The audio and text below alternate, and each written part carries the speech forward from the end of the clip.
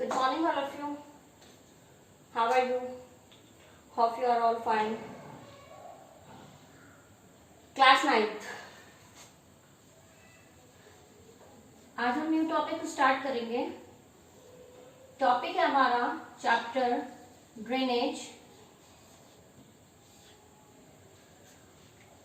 यदि हम ड्रेनेज की बात करते हैं तो हम यहीं से स्टार्ट करते हैं कि ड्रेनेज होता क्या है एक्चुअल में. देखिए, ड्रेन, पहले हम ड्रेन वर्ड की बात करते हैं. ड्रेन यानी कि निकासी, किसी भी जगह से मेनली पानी का निकलना. आपने अपने घर में वॉशिंग मशीन देखी होगी, उसके ऊपर कुछ बटन्स होते हैं. उसमें एक स्विच होता है कि वो पानी को स्टोर करके रखता है. एक उसी स्विच को हम स्विच करेंगे तो वो पानी, ये सारा जो भी स्टोर है वो थ्रू ड्रेन निकल जाएगा. ये इसे ड्रेनिंग पाइप बोलते हैं.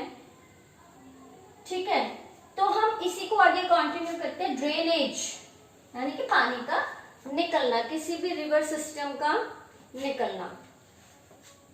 तो हमारे पास नेक्स्ट टर्म आ गई है रिवर सिस्टम. आपने रिवर्स के बारे में सुना है, यानी कि नदियां, है ना. रिवर का मतलब तो पता है, लेकिन रिवर सिस्टम क्या है वो समझिए. कोई भी नदी है ये और इसकी जितनी भी ट्रिब्यूटरीज है, हम एग्जांपल ले लेते हैं. गंगा है हमारे पास और इसकी बहुत सारी ट्रिब्यूटरीज हैं. यमुना है, कोसी है, सोन और घाघरा है. तो ये जो पूरा सिस्टम है ना, ये क्या है? River system. That is river system. यदि हमें इसे सिंपल लैंग्वेज में लिखना है तो हम क्या लिखेंगे? A river along with its tributaries known as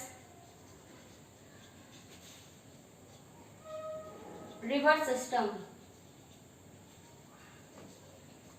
Right? ये दो चीजें हमें क्लियर हो गई हैं. रिवर सिस्टम यानी कि किसी भी नदी का या किसी भी रिवर सिस्टम का होना. अब रिवर सिस्टम भी मैंने आपको बता दिया है. अब हमारे पास एक और टर्म आती है. जब आप चैप्टर को रीड करोगे ना तो ये सारी टर्म्स आपको देखने को मिलेगी बोल्ड लेटर्स के साथ. जो आपको मैं इंपॉर्टेंट टर्म्स भी कराती हूँ वो इन्हीं बेसिस पे रहती हैं कि आपको इन वर्ड्स का मीनिंग यदि समझ में आ गया तो चैप्टर तो रीड करना बहुत इजी हो जाता है. तो हमारे पास मैं एक और टर्म के बारे में डिस्कस कर लेती हूँ जो कि है वाटर डिवाइड. एक टर्म ये है हमारे पास. एक है ड्रेनेज बेसिन. ड्रेन पढ़ लिया, ड्रेनेज पढ़ लिया. ड्रेनेज में रिवर सिस्टम आया, हमने उसे भी देख लिया. अब हम बात करते हैं ड्रेनेज बेसिन. देखिए, ड्रेनेज बेसिन क्या होता है. अभी मैंने आपको बताया कि एक रिवर है, हम गंगा को ही लेके चलते हैं और इसकी बहुत सारी ट्रिब्यूटरीज हैं.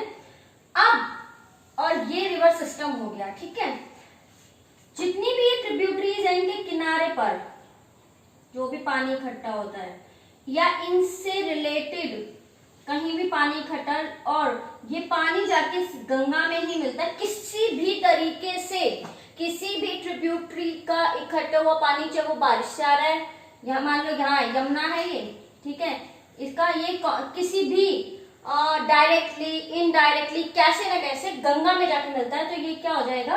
गंगा का ड्रेनेज बेसिन हो जाएगा. ठीक है, यमुना का. तो इसी तरीके से ये क्या हो जाएगा? Drainage basin. ऐसे ही सोन नदी को ले लो. ठीक है, सोन नदी यहाँ पे कहीं भी पानी इकट्ठा हो रहा है उसके एरिया में, तो और वो जाके किसी भी तरीके से सोन नदी में जाके मिल रहा है, तो सोन नदी क्या हो जाएगा? उसका ड्रेनेज बेसिन हो जाएगा. अब आगे बात करते हैं वाटर डिवाइड की. अभी हमने देखा कि अलग अलग एंगल से स्ट्रीम निकलती है. स्ट्रीम्स को भी हम रिवर्स ही कहते हैं, नदियां कहते हैं, छोटी नदियां. तो मान लो एक स्ट्रीम ये है, इसकी ट्रिब्यूटरीज हैं बहुत सारी, और एक स्ट्रीम ये है, यानी कि स्ट्रीम 1 और स्ट्रीम 2. ये भी है। यहाँ पर ही कुछ उठा हुआ पार्ट है, या तो माउंटेन है या कुछ भी उठा हुआ पार्ट है, अपलैंड लगा लो, उठा हुआ भाग, तो हम इसको क्या कहेंगे, ये वाटर डिवाइड है इन दोनों के बीच का।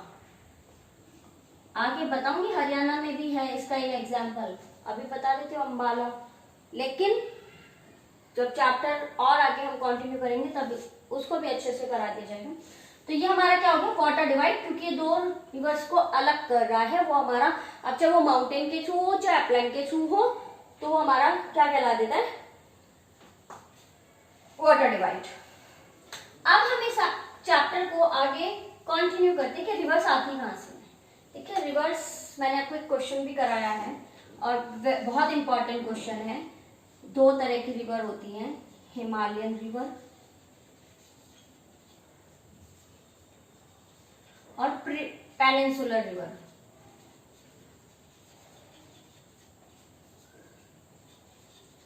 ये ऑरिजिन होती है हिमालय से। पहले हम इसी को ही देख लेते हैं। सीजनल रिवर होती है,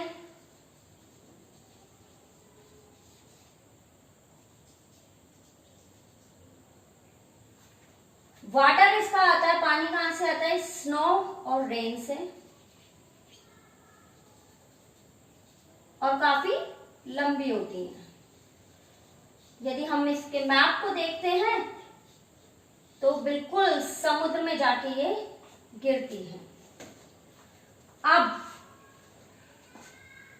बात करते हैं हम इसकी ओरिजिनेशन की। पेनिनसुला से रिवर्स निकलती हैं, पेनिनसुला यानी कि प्रायद्वीपीय पठार से। प्रीनियल हिमालय प्रीनियल होती है और ये सीजनल होती है।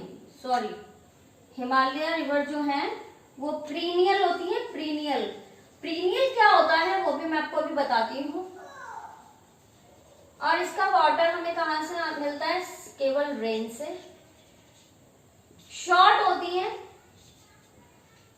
जैसे कि निकलती हैं वेस्टर्न घाट से, ओरिजिनेट होकर वेस्ट बे ऑफ बंगाल में जाकर ये गिर जाती है।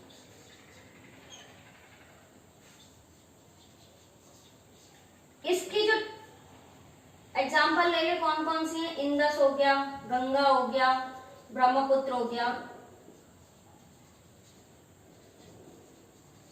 और इसके एग्जाम्पल हो गया नर्मदा हो गया, गोदावरी हो गया, कावेरी हो गया, कृष्णा हो गया।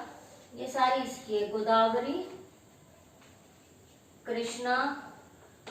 ठीक है, हमारा मेन पॉइंट अब ये है, देखो ऑरिजिनेट होती है हिमालय से। हिमालय हमेशा बर्फ से ढका रहता है, तो जैसे ही बर्फ पिघलती है वो नदियां बहनी शुरू हो जाती है।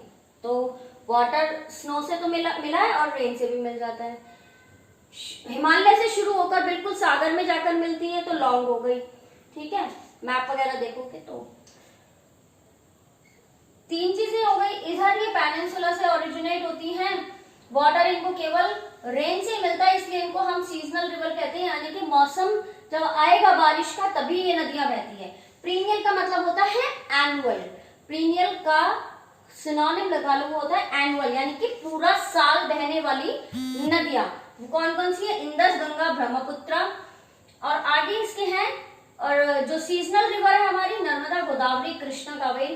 अब हम आगे डिस्कस करेंगे इन सभी रिवर्स के बारे में, कौन सी रिवर कहां से ओरिजिनेट हुई, कहां से अपने साथ क्या क्या लेके आई है और क्या।